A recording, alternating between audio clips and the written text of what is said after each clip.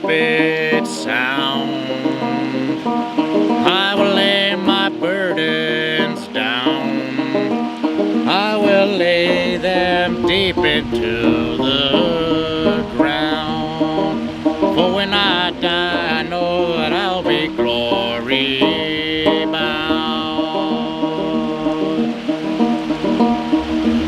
I will wandering from my home, but I won't be looking for to roam, because I'll be crossing over that great divide.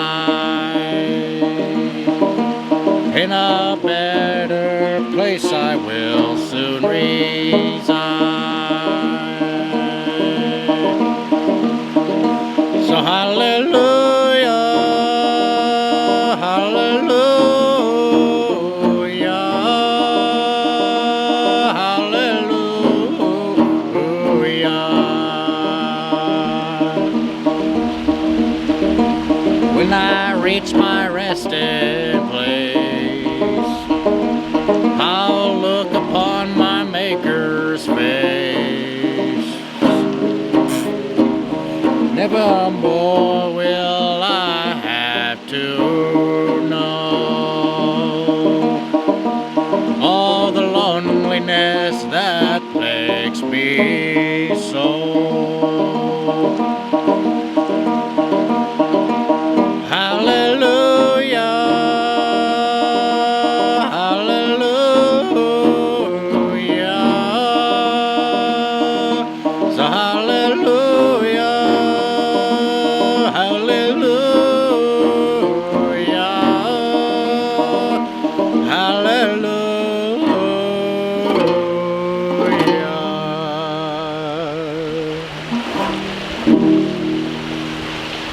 Hello everybody.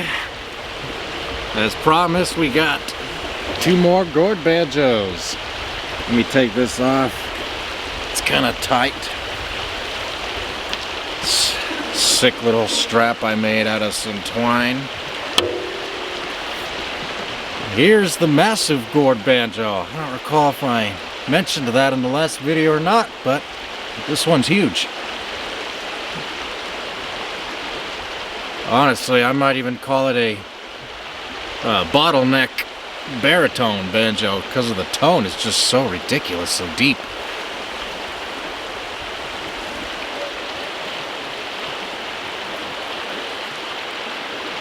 So somebody asked me if I could build a neck off of a Boucher design. Let's see.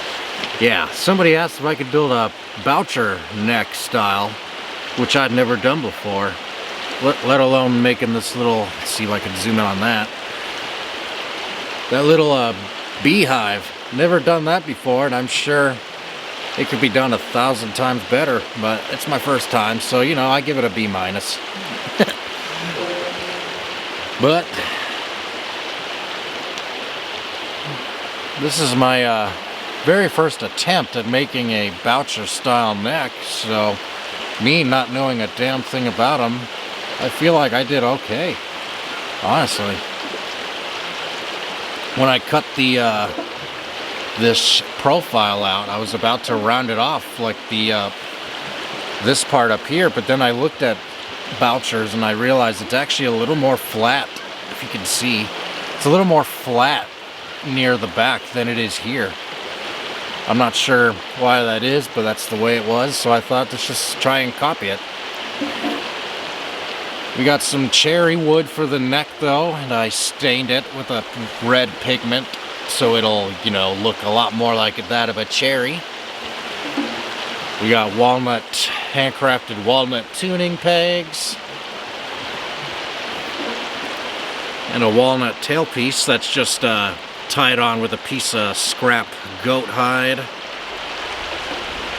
And the way it's designed, it's just wedged into the gourd. I made 2 square openings, one here and one here. This one's smaller, that one's bigger, so when you put the neck in, it just kind of wedges itself in there, and it's already very sturdy before you even put the strings on. So once you get the strings on, then it's really not coming apart. And take that out. I put this in here because it kind of helps control the sound a little bit.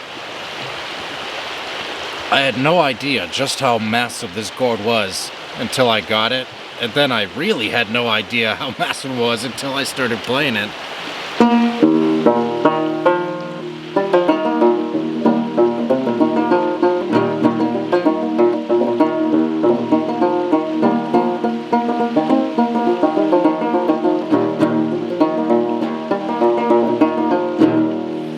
Anyway, it's a very big tone.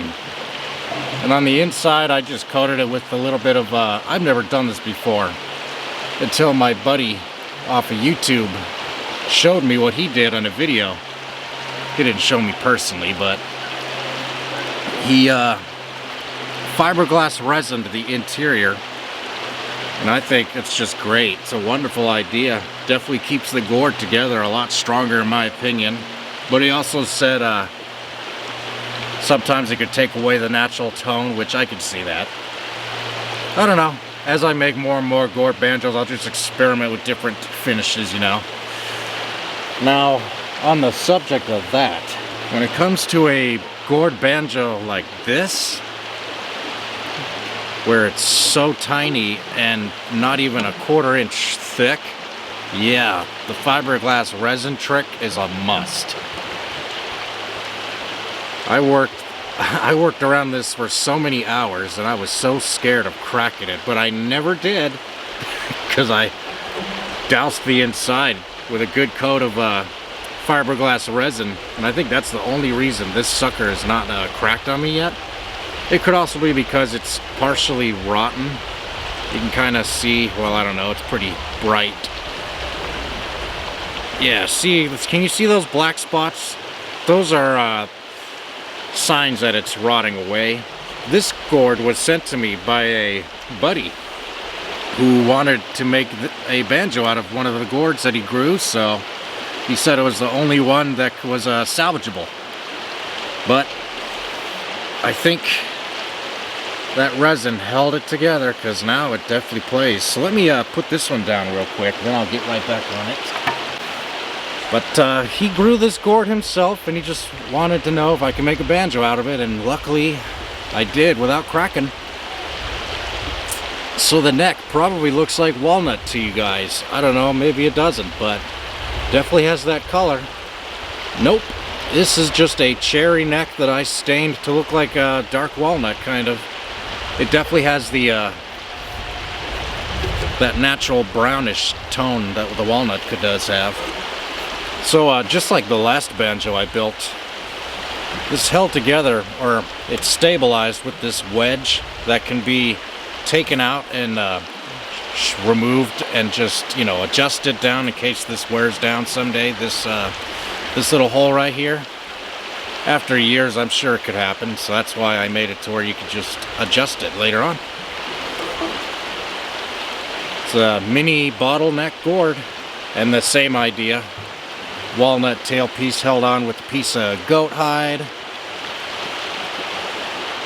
And the bridges are, on both of them, are 100% handmade. Pretty happy with them.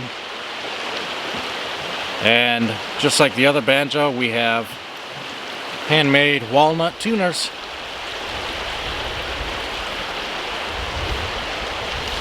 I made a slight boo-boo. You can barely see it, but do you see those two dots there? Those are dowels that I had to pound in with some glue. Why? Well, this piece, unfortunately, I took a little too much off, or a lot off. I don't know, I must have been in a hurry. I hope not, but because of that, this kind of came off like nothing, so with some help, with some intellectual help from my buddy, the one who's getting this, we fixed it with a couple dowels, so now it's good as new. And what's wrong with that? It looks cooler, honestly.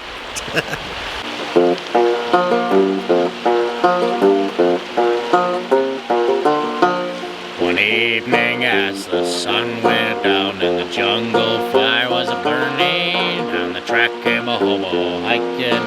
And he said, boys, I'm not turning. I'm headed for a land that's far away beside the crystal fountains. So come with me, we'll go and see the big rock candy mountains. In the big rock candy mountain, there's a land that's fair and bright. There's a hand that's grow on bushes and can sleep out every night. Where the boxcars, they are empty and the sun shines every day. All the birds and the bees and the cigarette trees, lemonade springs where the bluebird sings in the big rock candy mountain. Get out of here, fly. Go bug somebody else. Or maybe he just wanted to play it too. Who knows? I'm going to put this one down though and show you guys a little more of this other one, because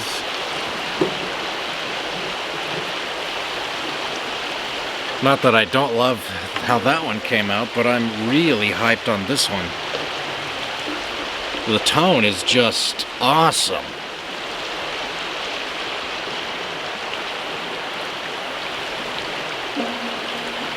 And luckily, I told the person buying this, the gourd is going to be a lot bigger than I originally thought, because I don't grow them. Next year I'm going to attempt that, but when I found this online, it looked a lot smaller than this.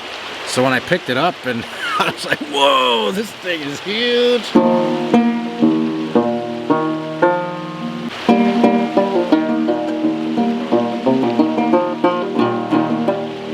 Really, not a whole lot, if any, buzzing at all.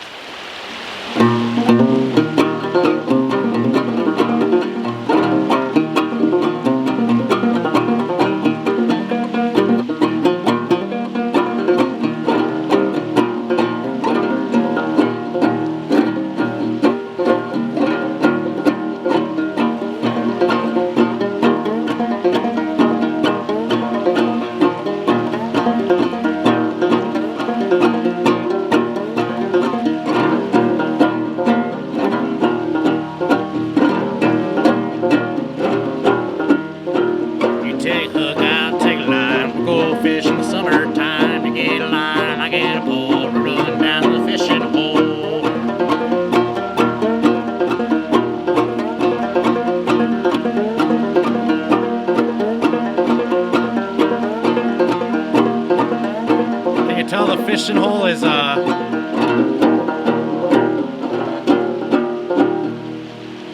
it's hard to talk, shoot the shit and play. Can you tell the fishing hole's kind of gone down a little bit?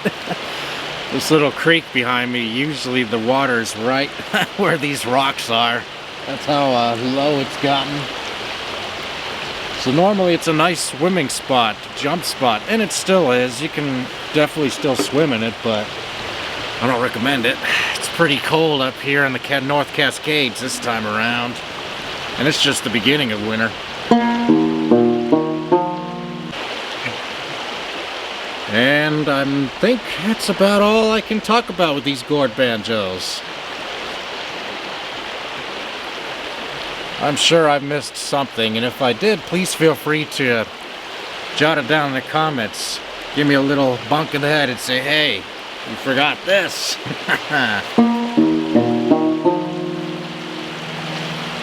I wasn't sure if these would line up 100% because it's such a big body of a gourd. Like if I steam bent a rim to be about 12 inches, then I could have, easily measured that. But with this, I wasn't too sure.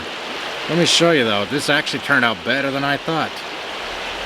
Because those of you who don't know, I'm sure most of you do, on these Boucher banjos, these spots right here, about there, here, there, those represent the notes. Because back then there was no frets. We're talking 1800s, mid 1800s. So instead of having frets, you had these to lock your thumb in place. At least that's how I like to see it. I'll show you though. Oh wait, maybe I should get into tune first.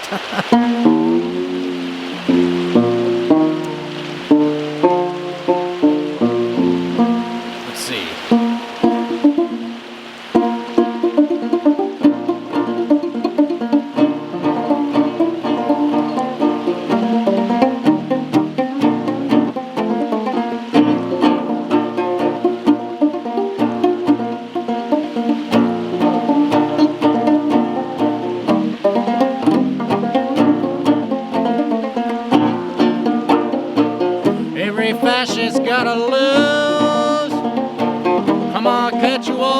die.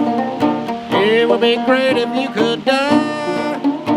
Please just let us be free.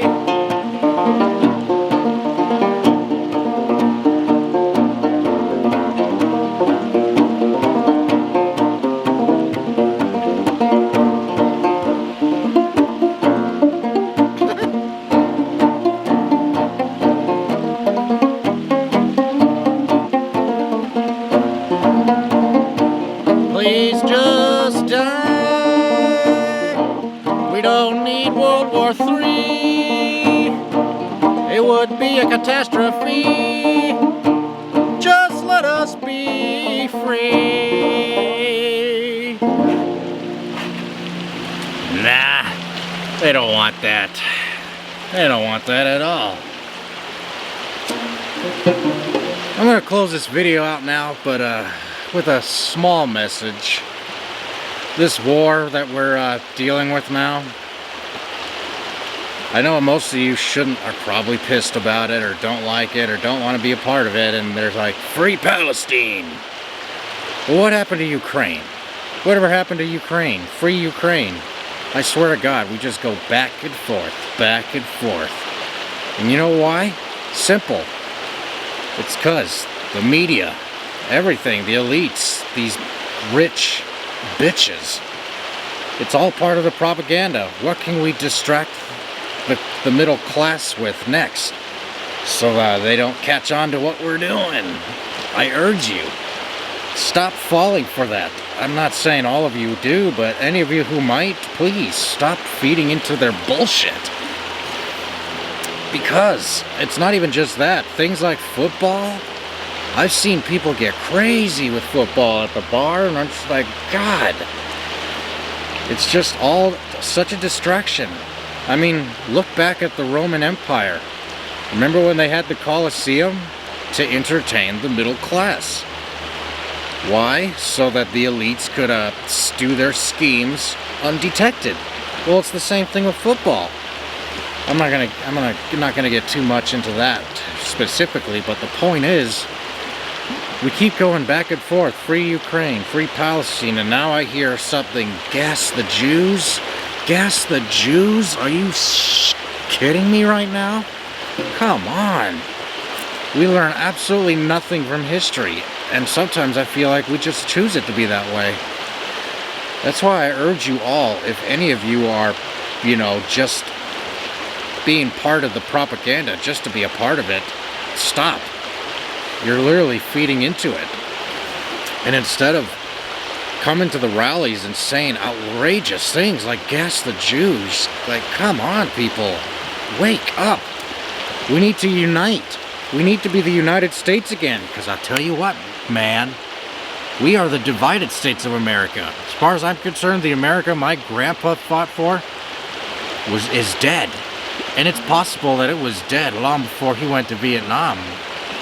But if it wasn't dead then, it's certainly dead now. So, no matter what, I think we're creating our own demise. But even so, let's not go down without a fight. I urge you all, stop feeding into this bullshit. Because a lot of the times, especially with AI getting advanced and more advanced, who knows what news is real and fake anymore as far as the footage, So much AI generated footage. So much. We even got AI describing Bible scriptures now. That's how screwed up it is. Anyway, that's my rant. Please don't take any offense to it. All I'm saying is, please be a... Sorry, my camera reached the max recording time, which is 30 minutes. But get right to the point. Don't feed into their propaganda. Don't just be part of the cult. Don't be sheep. Think for yourself. But most importantly, be self-thinkers. Stay vigilant. Let's unite, not divide. We need to unite. Because that's what they're afraid of. There are way more of us than there are of those rich assholes. United we stand, together we fall. And I know that doesn't sound that appealing, but honestly, if we're doomed to fall, let's fall together instead of fighting each other. And let's keep our faith with Jesus, because the devil is, I swear to God, he's working overtime nowadays to try and sway everybody. I mean, look at all the evil crap you see on TV. I could go into detail, but I'd rather not. I'll just happily direct you guys to what I'm talking about. If any of you specifically want to know, just shoot it in the comments and I'll happily guide you. And the beauty of it is, you're free to call it disinformation, conspiracies, I don't care. Because I'm not going to tell you how it is. I'm just going to tell you how I see it, not how the news wants me to see it. That's why we have freedom of speech, which is being taken away, by the way, in case you haven't noticed. And heaven help us if they take away the right to bear arms, because guess what? You think it's crazy now? America's about to get more so get ready, ladies and gentlemen. And with that,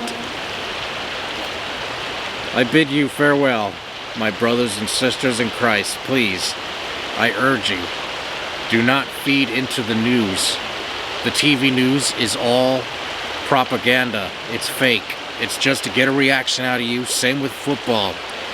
I'm not telling you to drop football, because I know a lot of you actually genuinely love the sport, but please stay focused. Do not let it distract you, because it's been doing that for way too long. And with that, if anyone wants to see more, or if they want any banjos, shoot me a comment down below. I also have other links in my YouTube page you can go to hit me up for a banjo. And if you like what you see, please like and subscribe or share the video. That would really mean a lot. We're climbing the ladder. We're almost to, well, I was about to say 1,000, but we're close, 800. If we can get to 1,000, that would be just awesome.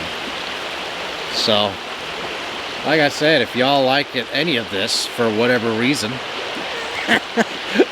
feel free to like, subscribe, and share. And I love each and every one of you. I really do. No homo. Alright, have a good one.